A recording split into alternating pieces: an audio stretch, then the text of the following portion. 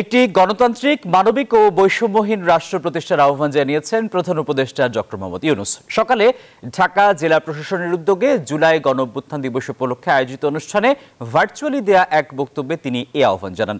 প্রধান উপদেষ্টা বলেন, দেশের মানুষের বুকে গুলি চালিয়ে শেষ পর্যন্ত ক্ষমতায় থাকতে চেয়েছিল ফ্যাসিবাদী সরকার।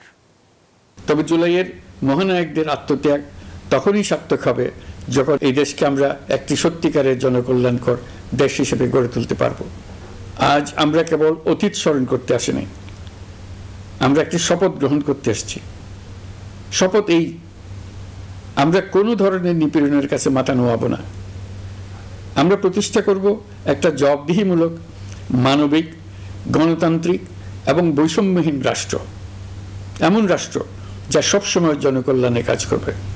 জুলাই শহীদদের আত্মত্যাগ আমরা বৃথা যেতে দেব না।